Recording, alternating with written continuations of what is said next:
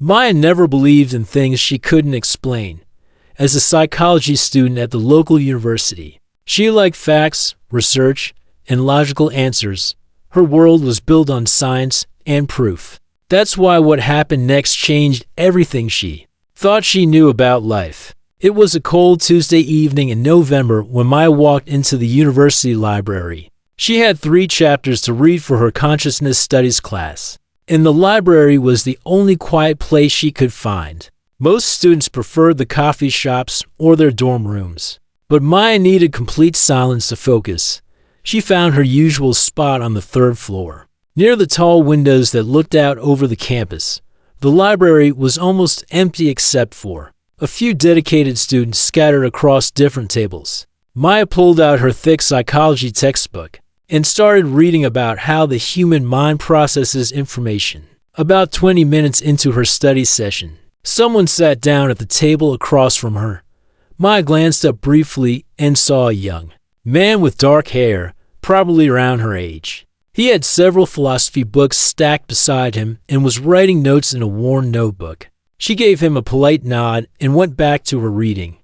The stranger seemed focused on his work, occasionally pausing to stare out the window as if deep in thought. Maya didn't pay much attention to him at first. She was used to sharing study spaces with other students, but as the evening went on, something strange began to happen. While reading about different states of consciousness, Maya suddenly felt a warm sensation spreading across her arms and face. It was like sitting in bright sunlight, even though the library was dimly lit by fluorescent lights. The feeling was so real that she looked up at the ceiling, expecting to see some kind of heat lamp, but there was nothing there.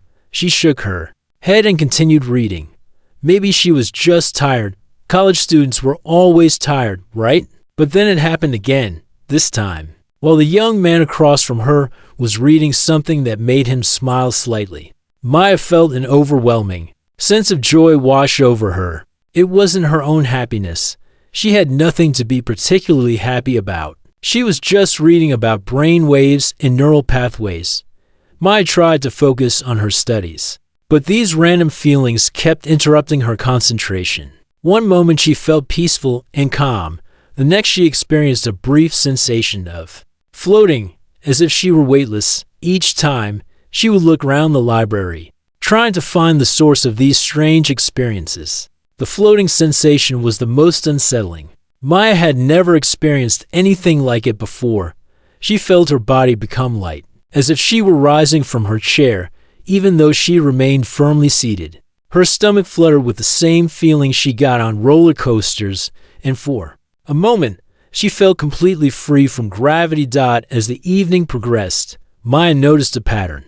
These unusual sensations seemed to happen when the young man across from her was particularly absorbed in his reading. When he would lean back in his chair with a thoughtful expression, she would feel a sense of expansion, as if her mind was growing bigger. When he would frown at a difficult passage, she would feel a tightness in her chest. At first, Maya thought it was just coincidence. Maybe she was projecting her own stress onto random moments. College was stressful, and her mind might be playing tricks on her. But the sensations were too specific, too vivid to be imagination. Around 9 o'clock, the young man packed up his books and left the library. Maya watched him walk away, and almost immediately, the strange sensation stopped. The library felt ordinary again, just fluorescent lights, wooden tables, and the quiet hum of the air conditioning system.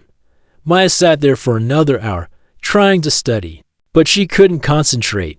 Her mind kept returning to those mysterious feelings. She had experienced warmth without heat, joy without reason, and weightlessness without movement. As someone studying psychology, she knew these could be symptoms of stress, lack of sleep, or even some kind of medical condition. But deep down, Maya knew something else was happening. The timing was too perfect, to connect it to the presence of the stranger across from her. She had felt things that seemed to come from outside her own mind and body. The next evening, Maya returned to the library at the same time. She told herself she was just maintaining her study routine, but part of her was curious to see if the young man would be there again. She chose the same table and opened her psychology textbook. pretending to read while secretly watching the entrance dot at exactly 7:30. He walked in. Same dark hair, same philosophy books, same thoughtful expression. He sat at the same table as the night before and opened his notebook. Maya's heart started beating faster. Though she couldn't explain why, within minutes, it started again. As the young man began reading, Maya felt a cool sensation on her skin, like a gentle breeze on a summer day. There was no air conditioning blowing on her, no open windows, no logical explanation. But the feeling was so real that she almost looked around for the source of the breeze. Then came the emotions. While reading what appeared to be a challenging passage, the young man rubbed his temples and sighed. At that exact moment, Maya felt a wave of confusion and frustration that wasn't her own. She had been reading about memory formation, which she found interesting, not frustrating. Yet the feeling of being overwhelmed was so strong that she had to put down her book. Maya realized she was experiencing something that defied everything. She had learned about human consciousness and individual experience. Each person's mind was supposed to be separate, private, contained within their own skull. But somehow, she was feeling things that seemed to come from someone else's thoughts and imagination. The young man suddenly looked up from his book and stared directly at Maya. For a moment, their eyes met across the quiet library. Maya felt her cheeks flush with embarrassment, as if she had been caught doing something wrong. But there was something in his expression that suggested he might be aware of what was happening too. He looked puzzled, almost concerned, as if he was trying to figure out something that didn't make sense. Maya quickly looked back down at her book, pretending to read. But she could feel his gaze on her for several more seconds. Before he returned to his studies, the rest of the evening passed in a blur of shared sensations and emotions. Maya experienced the taste of chocolate when she hadn't eaten any, the feeling of running when she was sitting still, and a deep sense of nostalgia for memories that weren't her own. Each experience was brief but incredibly vivid, like watching a movie in her mind that she had never seen before. When the young man finally packed up his books and left, Maya felt an unexpected sense of loss. The library became ordinary again, but now she missed the strange connection she had been experiencing. Whatever was happening between them, it had become something she looked forward to. Even though she didn't understand it, that night, Maya lay in bed thinking about what she had experienced. As a psychology student, she tried to analyze the situation logically. Maybe she was more observant than she realized, picking up on subtle cues from the young man's body language and facial expressions. Maybe her mind was creating these sensations based on what she thought he might be feeling. But the experiences had been too specific, too immediate, too real to be explained by normal psychology. Maya had felt actual physical sensations, tasted flavors, and experienced emotions that came from outside her own mind. Something extraordinary was happening, and she needed to understand what it was. As she drifted off to sleep, Maya made a decision. Tomorrow she would go back to the library, and this time she would pay closer attention to everything that happened. She would document these experiences like a proper researcher and try to find some explanation for the impossible connection she seemed to share with a complete stranger. Maya started carrying a small notebook everywhere she went. She had decided to treat the strange experience like a proper research project. Every time she felt something unusual, she would write it down with the exact time, what she was doing, and what the young man across from her seemed to be experiencing. After a week of careful observation, the pattern became impossible to ignore. When he read books about nature, she felt gentle breezes and the warmth of sunlight. When he studied complex philosophical ideas, she experienced moments of clarity followed by confusion. When he seemed to be remembering something pleasant, she felt waves of happiness that had nothing to do with her own life. The most surprising discovery came on a Thursday afternoon. Maya was sitting in the campus coffee shop, taking a break from her studies, when she saw the young man walk in. He ordered a drink and sat at a table near the window, pulling out what looked like a journal.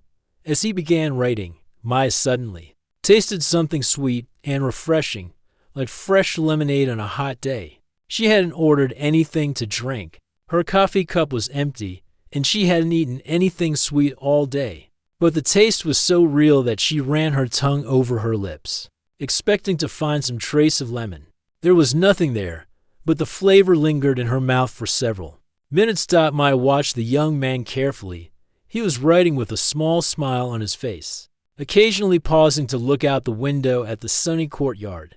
His expression was peaceful and content, and Maya realized he was probably writing about something that made him happy. Maybe a childhood memory involving lemonade or summer days. That evening in the library, Maya decided to test her theory. She positioned herself so she could see what books the young man was reading. When he opened a book about ocean exploration, she prepared herself mentally, wondering what she might experience. Within minutes, she felt it. The sensation of cool water surrounding her body, the feeling of floating weightlessly, and the muffled sounds that come with being underwater. Maya had never been scuba diving, but she imagined this was what it might feel like.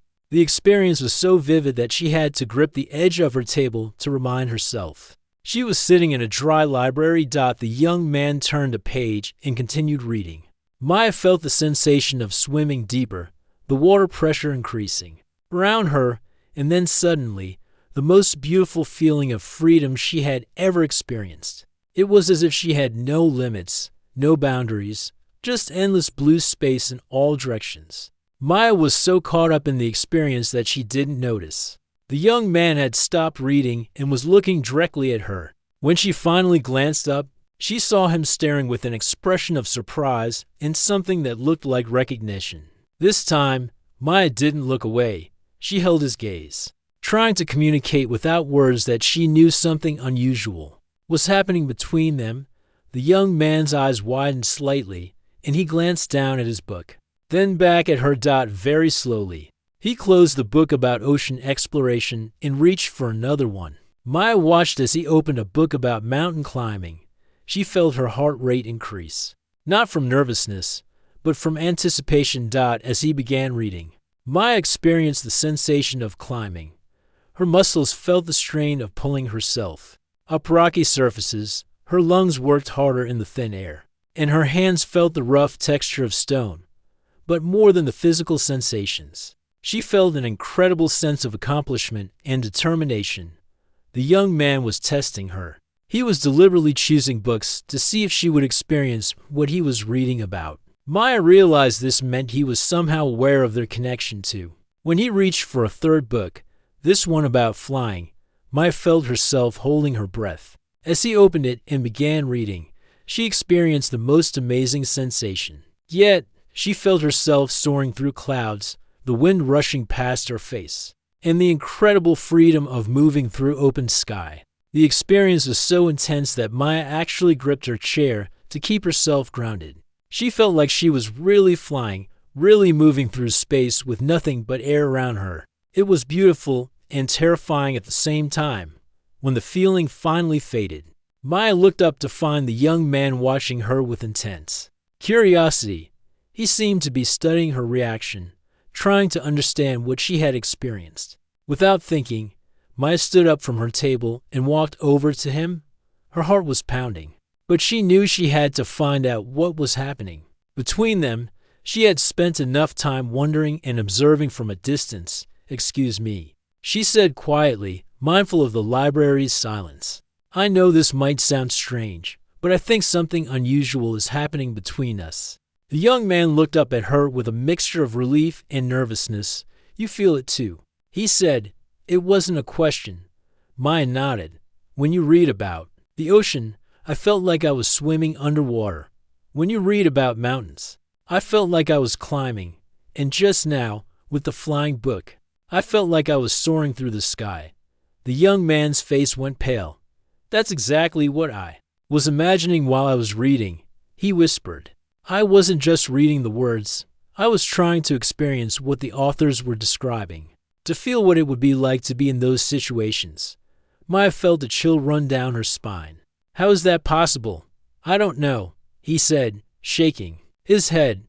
"But I've been aware of you for days now, every time I come to the library. I can sense your presence. And sometimes, when I'm really focused on something, I get the feeling that someone else is experiencing it with me. Maya sat down in the chair across from him. My name is Maya. I'm studying psychology, and I've been documenting what happens when you're here. I thought I was losing my mind. I'm Alex, he said, philosophy major, and I've been wondering if I was imagining things too. They sat in silence for a moment, both trying to process what they had discovered. Maya looked at the books scattered across Alex's table, Works on Consciousness, Human Connection, and the Nature of Reality.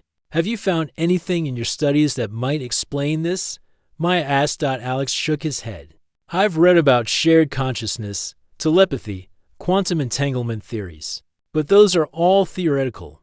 This is actually happening to us. Maya pulled out her notebook and showed him her careful documentation. Look at this. Every time you were reading about something specific, I experienced sensations related to that topic. The timing matches perfectly. Alex studied her notes with amazement.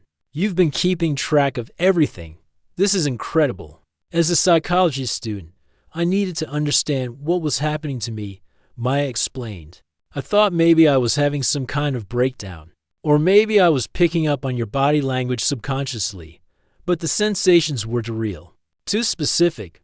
Alex leaned back in his chair. So what do we do now? How do we figure out what this means? Maya felt a mixture of excitement and fear. She had found someone who shared her impossible experience, but she had no idea what it meant for her life or her future. I think we need to understand it better. We need to test it, document it, see how far it goes. Are you sure you want to? Alex asked.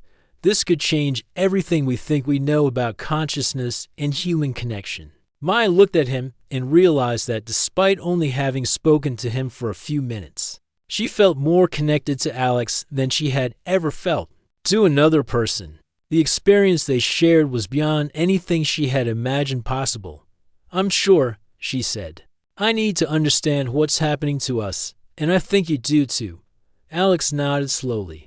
Then let's figure this out together. As they made plans to meet the next day and begin exploring their connection more systematically, Maya felt a sense of anticipation unlike anything she had ever experienced. Her life as a skeptical psychology student was about to become something far more mysterious and wonderful than she had ever imagined possible. Maya and Alex met the next afternoon at a quiet corner of the campus park. They had both agreed that the library felt too public for what they were about to explore. Maya brought her notebook and a list of questions she had prepared, while Alex carried a small bag filled with different objects and books.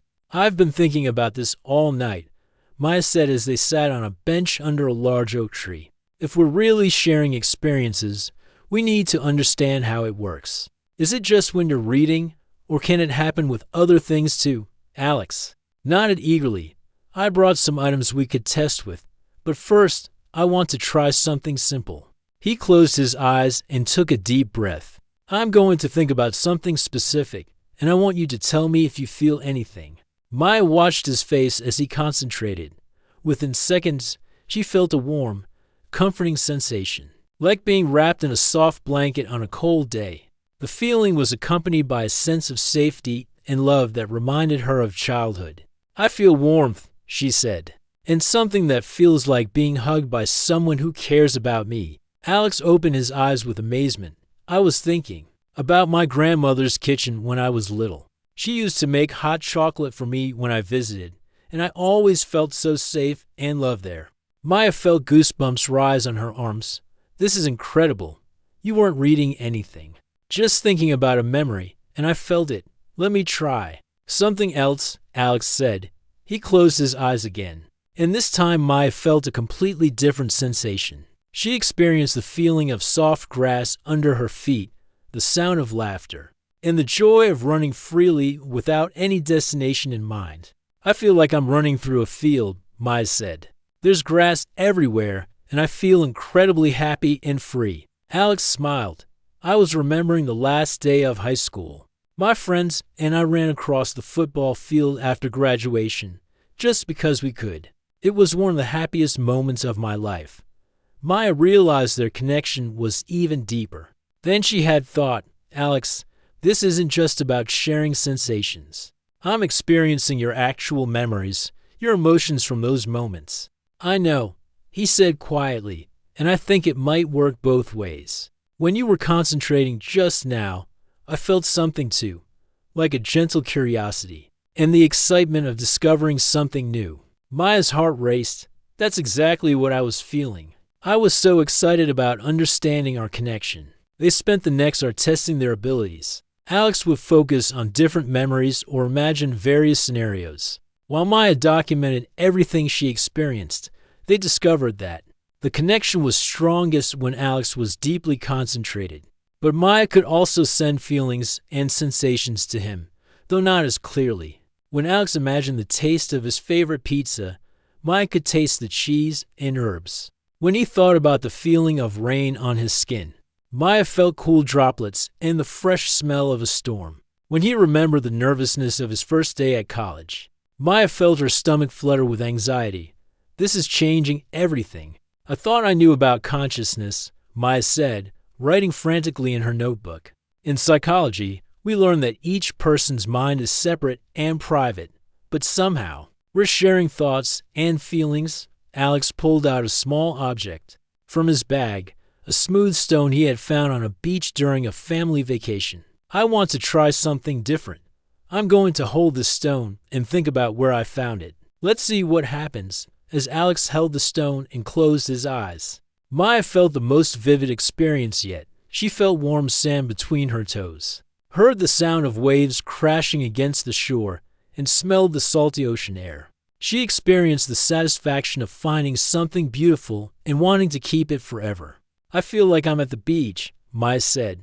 There's sand and ocean waves, and I just found something precious. Alex opened his eyes, holding up the stone. This is from a beach in California. I found it during a family trip when I was 16. I kept it because it reminded me of a perfect day. Maya reached out and touched the stone. The moment her fingers made contact with it, she felt an even stronger connection to Alex's memory. She could almost see the beach, feel the sunshine, and experience the peace he had felt that day. When I touch it, the connection gets stronger, she said in wonder. Alex looked thoughtful. Maybe physical objects can enhance our connection somehow, like they carry emotional energy. They continued experimenting with different items. A pencil Alex had used to write his first poem allowed Maya to feel his creative excitement. Bookmark from his favorite book let her experience the joy he felt when reading. Each object seemed to hold traces of his emotions and memories. I want to try something, Maya said. She took out her own notebook and held it while thinking about her passion for psychology. I'm going to focus on why I love studying the human mind. Alex watched her face as she concentrated. I feel curiosity, he said slowly, and a deep desire to understand how people think and feel. There's also compassion there, like you want to help people. Maya opened her eyes with excitement. That's exactly right. I've always been fascinated by how the mind works, and I want to use that knowledge to help people understand themselves better. As the afternoon went on, they discovered that their connection wasn't limited to memories and emotions. When Maya imagined herself dancing, Alex felt the rhythm and movement. When he thought about solving a complex math problem, Maya experienced the satisfaction of finding the solution.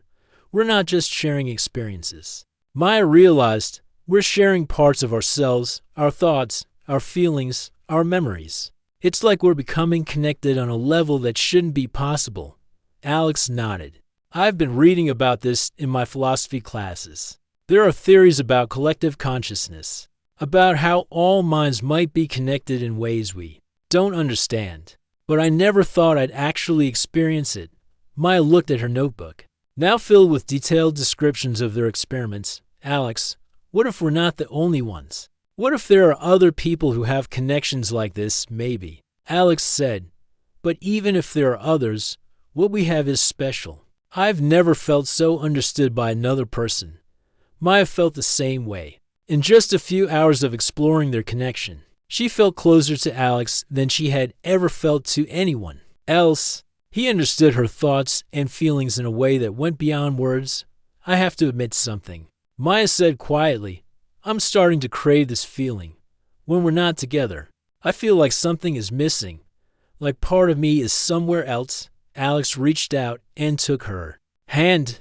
The moment their skin touched, Maya felt a surge of warmth and connection that was even stronger than their mental link. I feel the same way, he said. It's like you've become part of me, and I've become part of you. They sat together in comfortable silence, both amazed by what they had discovered. Maya realized that her life had changed completely in just a few days. She was no longer just a psychology student studying consciousness. She was living proof that human minds could connect in ways that science didn't yet understand. What do we do now? Maya asked. Alex squeezed her hand gently.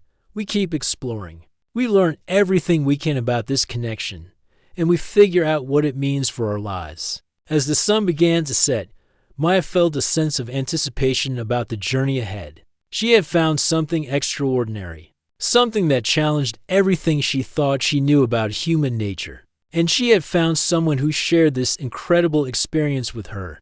Whatever came next, she knew her life would never be the same. 3 weeks into their daily experiments, Maya began to notice changes in her life that worried her. She was spending every free moment with Alex, exploring their connection and documenting their discoveries. Her grades started slipping, and she found herself distracted during classes, always thinking about their next meeting. Her roommate Lisa was the first to voice concern. Maya, you've barely been in our dorm room lately. When you are here, you're either writing in that notebook or staring out the window with this dreamy look on your face. What's going on? Maya couldn't explain the truth.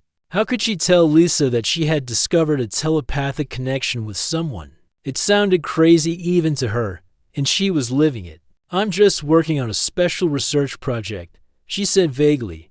But Lisa wasn't satisfied. Is this about that guy you've been hanging out with, Alex? Maya, I'm worried about you. You used to care so much about your studies, and now you seem obsessed with whatever this project is. Maya felt a flash of irritation. Lisa couldn't possibly understand what she was experiencing. The connection with Alex was the most important discovery of her life. How could she focus on ordinary things like homework and grades when she was exploring something that could change everything scientists knew about human consciousness? That afternoon, Maya met Alex at their usual spot in the park, but something felt different as soon as they began their exercises.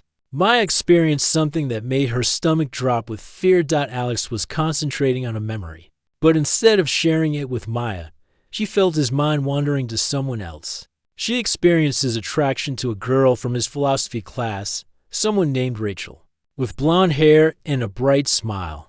Maya felt Alex's curiosity about what it would be like to talk to Rachel. Maybe ask her for coffee. The sensation of feeling Alex's interest in another person while being connected to his mind was overwhelming. Maya felt jealous, hurt, and confused all at the same time. But worse than that, she could feel that Alex was unaware she was experiencing his attraction to someone else. Stop, Maya said suddenly, pulling away from their connection. Alex opened his eyes, looking concerned. What's wrong? Did I do something? Maya felt tears welling up in her eyes. You were thinking about someone else, a girl named Rachel. I felt everything. Your curiosity about her, your attraction to her. Alex's face flushed red with embarrassment. Maya, I'm sorry. I didn't mean for that to happen. Sometimes my mind just wanders, and I forget that you can feel what I'm thinking. But that's the problem, Maya said, her voice shaking. We can't control this connection. I felt your feelings for someone else as if they were my own feelings. It was horrible. Alex reached for her hand, but Maya pulled away. I didn't know you could feel that, he said quietly. I would never want to hurt you. Maya stood up from the bench, pacing back and forth. This is getting too complicated, Alex. We're losing ourselves in this connection. I can't tell where my feelings end and yours begin anymore. Over the next few days, Maya tried to distance herself from Alex, but it was almost impossible. She had become so used to their shared experiences That being alone felt empty and incomplete. She would sit in the library by herself and feel like half of her mind was missing. When she did attend her psychology classes, Maya found herself unable to concentrate. Her professor was lecturing about individual consciousness and the boundaries between different minds, and Maya wanted to laugh or cry. Everything she was learning contradicted what she was experiencing with Alex. Her academic advisor, Dr. Johnson, called her into his office on a Thursday afternoon. Maya, I've noticed a significant decline in your performance over the past month. Your test scores have dropped, and you missed 2 important assignments. This isn't like you. Is everything all right? Maya stared at her hands, unable to explain. I've been working on some independent research that's been very demanding, she said. What kind of research? Dr. Johnson asked. If it's interfering with your coursework, we need to find a better balance. Maya felt trapped. She couldn't tell her advisor about her connection with Alex without sounding like she was having a mental breakdown. It's about consciousness and human connection, she said vaguely. Dr. Johnson leaned forward with interest. That's a fascinating area of study, but Maya, you need to remember that your primary responsibility is to your coursework. Whatever research you're doing, it shouldn't come at the expense of your grades. After leaving Dr. Johnson's office, Maya felt more confused than ever. Her connection with Alex was the most important thing that had ever happened to her, but it was destroying other parts of her life. She was losing her identity as a dedicated student, and she wasn't sure who she was becoming instead. That evening, Maya's phone rang. It was her mother, calling for their weekly check-in. Hi, sweetheart. How are your classes going? They're fine, Mom. Maya lied, not wanting to worry her family. You sound different. Her mother said with the intuition that only mothers seem to have. Is something bothering you? You can tell me anything, you know. Maya felt tears starting. Again, I'm just dealing with some complicated situations, she said. Is it a boy? Her mother asked gently. Maya almost laughed despite her sadness. It's complicated, Mom. I can't really explain it over the phone. Well, just remember that you're young. And young people sometimes get so caught up in relationships that they forget about their own goals and dreams. Don't lose yourself trying to be what someone else wants you to be. After hanging up, Maya realized her mother had unknowingly hit on exactly what was happening. She was losing herself in her connection with Alex. The boundaries between their minds had become so blurred that she wasn't sure which thoughts and feelings were truly her own anymore. The next day, Maya made a difficult decision. She would meet Alex one more time to explain that they needed to take a break from their experiments. She found him waiting at their usual bench, and she could immediately feel his anxiety and confusion through their connection. Alex, I can't do this anymore, she said before he could speak. This connection is taking over my life. I'm failing my classes, my family is worried about me, and I'm losing track of who I am. Alex's face fell. Maya, please don't give up on this. What we have is extraordinary. We're discovering something that could change how people understand consciousness forever. But at what cost? Maya asked. I feel like I'm disappearing into our connection. When I'm with you, I can't tell if my thoughts are mine or yours. When I'm away from you, I feel incomplete. That's not healthy, Alex. Alex was quiet for a long moment. I feel the same way, he admitted. Sometimes I catch myself thinking about what you would think about something before I even consider my own opinion. And when we're apart, I feel like part of me is missing. Maya felt a mix of relief and sadness. At least Alex understood what she was experiencing. We've become too dependent on this connection, she said. I think we need to step back and figure out who we are as individuals before we can understand what this means for us. How can we step back? Alex asked desperately. The connection doesn't just turn off, even when we're not trying to share experiences. I can still sense your presence, your emotions. Maya realized he was right. Their connection had become so strong that it existed even when they weren't actively exploring it. She could feel Alex's sadness and fear right now, even though they were having a difficult conversation. Maybe we need to learn to control it, Maya said, to set boundaries. so we can still be ourselves while having this connection. Alex nodded slowly. But how do we do that? We don't even understand how this works, let alone how to control it. Maya looked at Alex and felt a deep sense of loss. Their connection had brought them incredible experiences and a level of understanding she had never thought possible. But it had also become something that consumed their individual identities. I don't know, she said honestly, but I think we need to try. We need to figure out how to be Maya and Alex, not just to minds that share everything. As they sat together, both feeling the weight of their decision, Maya realized that their extraordinary connection had brought them to a crossroads. They could continue down the path of losing themselves in their shared experiences, or they could find a way to maintain their individual identities while honoring the special bond they shared. The choice would determine not just their relationship, but who they would become as people. Maya spent 2 weeks trying to avoid Alex completely. She changed her study locations, took different routes across campus, and even started eating lunch at odd hours to minimize the chance of running into him. But the separation was harder than she had imagined. Without their connection, Maya felt like she was walking through life in a fog. Colors seemed duller, food tasted bland, and even her favorite psychology classes felt boring and meaningless. She had gotten so used to experiencing life through both her own perspective and Alex's that seeing the world through just her own eyes felt incomplete. Worse than the emptiness was the constant awareness that Alex was somewhere nearby, feeling the same loss she was experiencing, even though they weren't actively sharing thoughts. Maya could sense his presence on campus like a distant ache. She knew he was struggling too, and that knowledge made her own pain even harder to bear. Her roommate Lisa noticed the change immediately. Maya, what happened? 2 weeks ago you were obsessed with that research project, and now you look like someone who lost their best friend. Maya realized that Lisa wasn't far from the truth.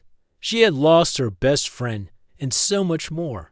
The project got complicated, she said quietly. I had to step back from it. Well, whatever it was, maybe it's for the best, Lisa said kindly. You seem more like yourself now, sad, but more like the Maya I remember. But Maya didn't feel like herself. She felt like half a person, going through the motions of her old life without really connecting to any of it. Her grades improved because she was spending more time on homework, but she found herself staring at psychology textbooks without really absorbing the information. On a rainy Tuesday afternoon, Maya was sitting alone in the library when she saw Alex walk in. He looked as miserable as she felt. His hair was messy, his clothes wrinkled, and he had dark circles under his eyes.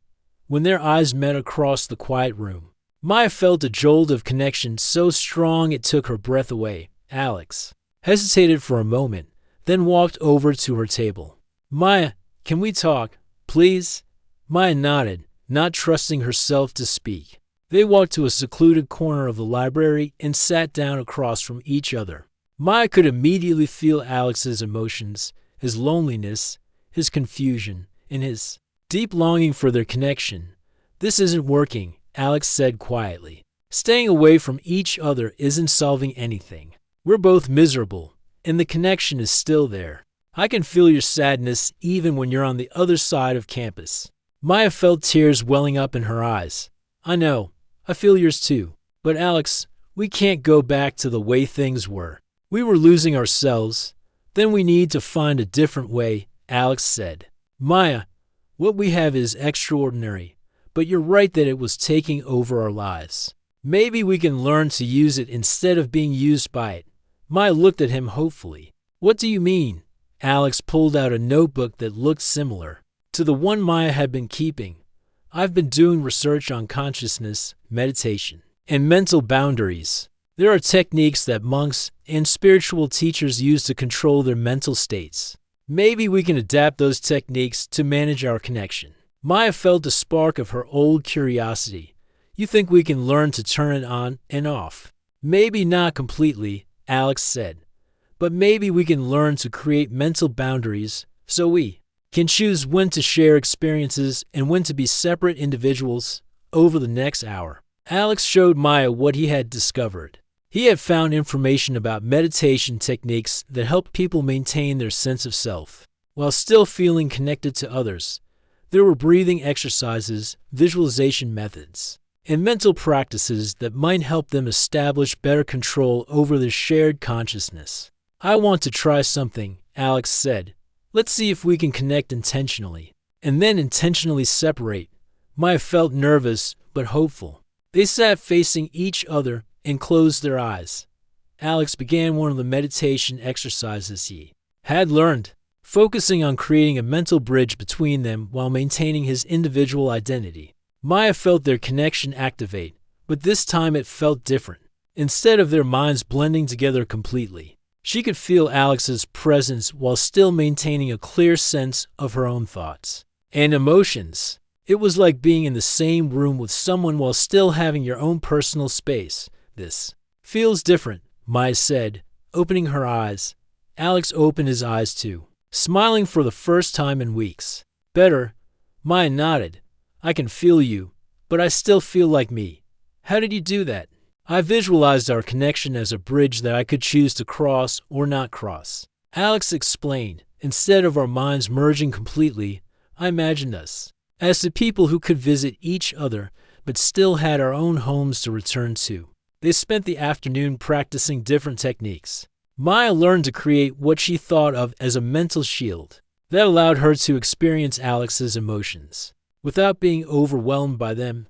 Alex practiced sending specific thoughts and feelings while keeping his deeper, more private thoughts to himself. By evening, they had made remarkable progress.